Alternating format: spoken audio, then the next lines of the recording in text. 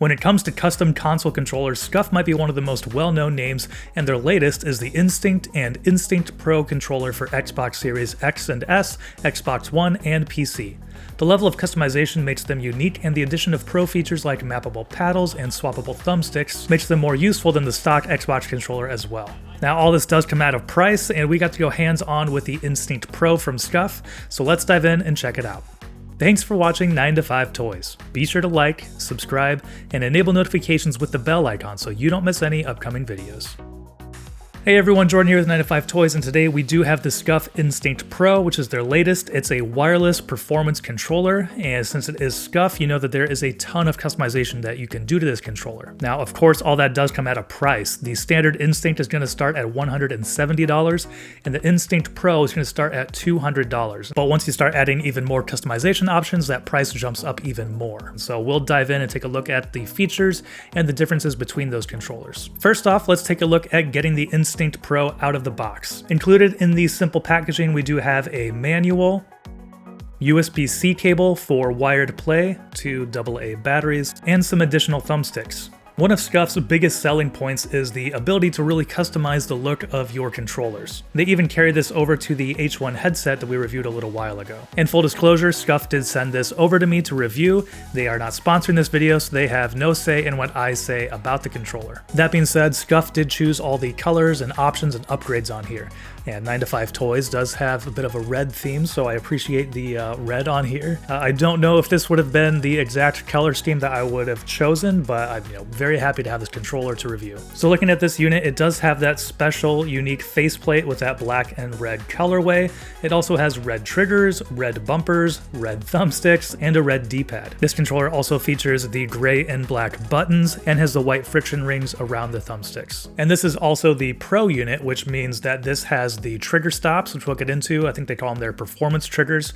And then it also has the performance grips, these rubberized grips here. And so we'll talk about those in a second. But otherwise, the controller, could look and feel very similar to a stock controller. You see all the familiar face buttons on here. You see the menu buttons and the share button. The D-pad looks very similar. The thumbsticks feel and look very similar, at least in the shorter stock setup. And ergonomically, the controller just feels very similar to a stock Xbox Series X controller. Down near the bottom of the controller here, there is a microphone mute button, and when you have the controller powered on, there's a little LED light as well. And that's going to show you which paddle profile the controller is currently set at. There are 3 different profiles that you can cycle between, and so that just makes it really easy to swap between different, mapped buttons. Like if for a FPS game you have, certain buttons mapped to the larger paddles on the sides, but if you want those to be something different for a racing game, instead of having to, remap it every single time, you can just save 3 different profiles and quickly swap between those. And on the Instinct controller, Scuf has obviously kind of changed up the paddle position on this controller. Rather than the large paddles that come down from the top here, they have gone for a different design,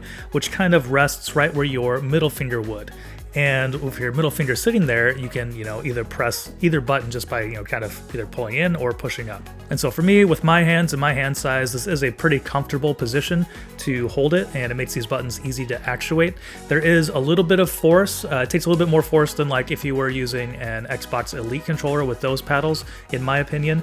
And so that also helps to, kind of reduce any accidental clicks, which I think is a good feature. So these larger paddles, the P1 and P4, those do sit kind of right underneath my middle finger and were easier for me to actuate. So when I was playing Destiny 2, that's what I would map my jump and crouch to. Those were kind of the actions that I wanted to use more often. And then so like reload and then swap weapons were mapped to the other ones because I didn't use those quite as frequently as jump and crouch. I usually play a hunter, so I want to be able to shade step very easily. For me, for the last number of years, I've been using the Xbox Elite controller as my main controller.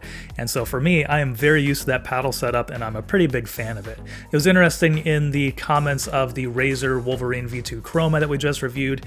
It has those extra paddles in the middle, which for me was a little bit more of a reach. And there were some interesting comments on that. Some people really preferred that because they didn't want something directly under their fingers like the Xbox Elite controller. But for me personally, when I am playing an FPS game, I want those to be as easy and quick to press as possible. And so for me, this paddle setup accomplishes that. But that being said, the paddle setup on the Scuf Instinct Pro is really great and is hands down a huge improvement over the standard Xbox Series X controller. I play Southpaw, and so I'm doing my movement with my right thumb thumbstick. And then without those paddles in the back, I go to more of a claw form to kind of reach up here, and so I can still move and press face buttons at the same time. But having those paddles means that I don't have to move my finger up there to do that. So, you know, hands down, it is better than the stock setup. And so basically what I'm just trying to say here is that your mileage is going to vary when it comes to paddles. It did take me a while to get used to the Xbox Elite controller with those rear paddles, but I've grown accustomed to that, and I think it's the easiest way to use those 4 different, you know, face buttons with my extra fingers behind. And so I've been using the Scuf Instinct Pro controller for a little while, but I still feel like I'm not completely used to it, and I still prefer the paddle setup on the Xbox Elite. But like I said, that is, you know, my personal experience. In the comments of that Razer video, there were lots of people who preferred that middle setup to the paddle setup of the Xbox Elite controller, so your mileage may definitely vary there. But one thing that's really cool is that it's really easy to swap between those 3 different profiles with the different paddles thanks to that little profile button on the back of the controller here. So swapping that will cycle through 3 different profiles, which are designated by that LED light under the microphone mute button. There are blue, green, and red profiles. And then actually mapping a button to the rear paddles is super simple as well. Just navigate to the profile that you want to edit with, you know, just a single click, and then hold the profile button down for a couple seconds and that light will start blinking. And then when it's blinking, you want to hold both the paddle and the button that you want to map it to at the same time. And the light will turn white, indicating that there was a successful map. And then you can map another paddle to another button if you want. And then once you are done mapping, just push that profile button again and the light will stop flashing and it will save those settings. And Scuf does include those extra thumbsticks in the package. And when you are customizing your controller on their website, you can choose some different styles of sticks if you want. They have both short and tall, and they also have concave and domed versions of both of those sizes. And so swapping those out is, you know, incredibly easy. So with the Scuf, you can just pull the faceplate off of the controller. It's just a magnetic connection on there, so it's super easy to pull off. And then these thumbsticks, they can just pull off of their little stems on here as well. And so then you can grab a different thumbstick and pop it on there if you do want to change it up. And you do need to make sure it's lined up. It looks like there is a specific way it's supposed to go, but then it just presses on there. You can return the faceplate, and then you're good to go with your new stick. So we kind of talked about a little bit before, but overall, this controller really does feel very similar to the stock Xbox Series X controller. It just has some added features to it. And so that makes it very comfortable to hold. It's very ergonomic, very easy to grip. It's something that I'm very used to. And while I haven't tried the standard Instinct, the Instinct Pro with these performance grips, that is a very easy to hold grip. And, you know, it's very comfortable as well. It's kind of a textured, rubberized grip, and so you aren't going to be slipping all over. You know, actually holding it in my hand, it feels very similar and very comfortable when I compare it to the stock Xbox Series X controller. It feels almost exactly the same. Even pulling the bumpers and pulling the triggers, like that all feels very same in the stock form. And the other big feature that we want to talk about with the Instinct Pro is that it does have those performance triggers as well. So lots of these, you know, more performance-oriented premium controllers will have trigger stops, which just makes the trigger pull shorter. But on the Scuf Instinct Pro, it actually turns it into more of like a mouse click switch. So here is the standard pull. And then when you flip the switch here and turn it into that, you know, performance trigger mode, it actually has an audible click. So it's making it more of like a mouse click rather than, you know, just a trigger pull. And the trigger is only moving just the tiniest little amount. So for FPS players who want, you know, the quickest reaction when they are pulling that trigger and don't want to pull it all the way in, this is a great way to make kind of your reactions a little bit faster in the moment. Just like the paddles, there is just a little bit of force required to it. It's not like a super easy to press trigger, which I think is good because the movement is so small.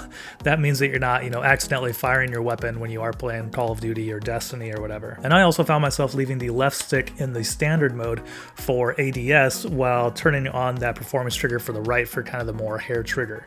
And so I just found that to be a little bit more comfortable when I was playing Destiny 2. All right, so that's a rundown of all of the features and upgrades on here. And obviously this is a wireless controller as well. It comes with 2 AA batteries, so, you know, very similar to the stock Xbox Series X controller. And unfortunately, you know, all this customization and all these features does come at a price, and it's pretty hefty on the Instinct Pro. We mentioned it in the intro, but the standard Scuf Instinct starts at $170, and then the Instinct Pro, which includes those performance triggers, which I think are a really nice upgrade, And these rubberized grips, they're performance grips as well, that starts at $200. But then once you start adding in all the customized paint and customized features, that price goes up. And so the unit that you see here, with all the upgrades that this has, this is coming in at just under $270.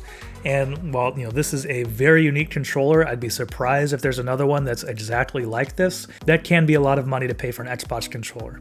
Obviously, this probably is not something that you want to do very often, but if you just want to get one really special controller that you can use for a long time, then this is a great way to do it.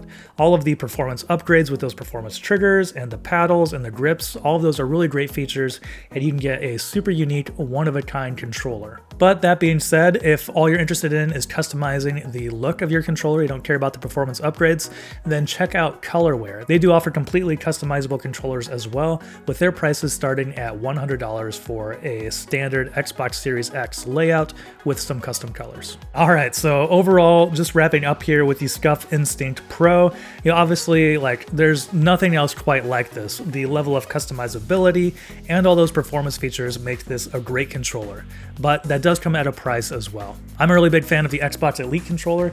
I've just been using the Series 1, I'm not even using the Series 2 normally, and this has been great for me for a number of years. But if you do want something, that is completely unique and customized to your style, then you definitely need to check out the Scuf Instinct Pro. Alright, and that'll do it for our review of the Scuf Instinct Pro wireless Xbox controller. Let us know what you think about it down in the comments below. Thanks for watching. If you enjoyed this video, please give it a thumbs up and consider subscribing. This is Jordan with 9to5 Toys.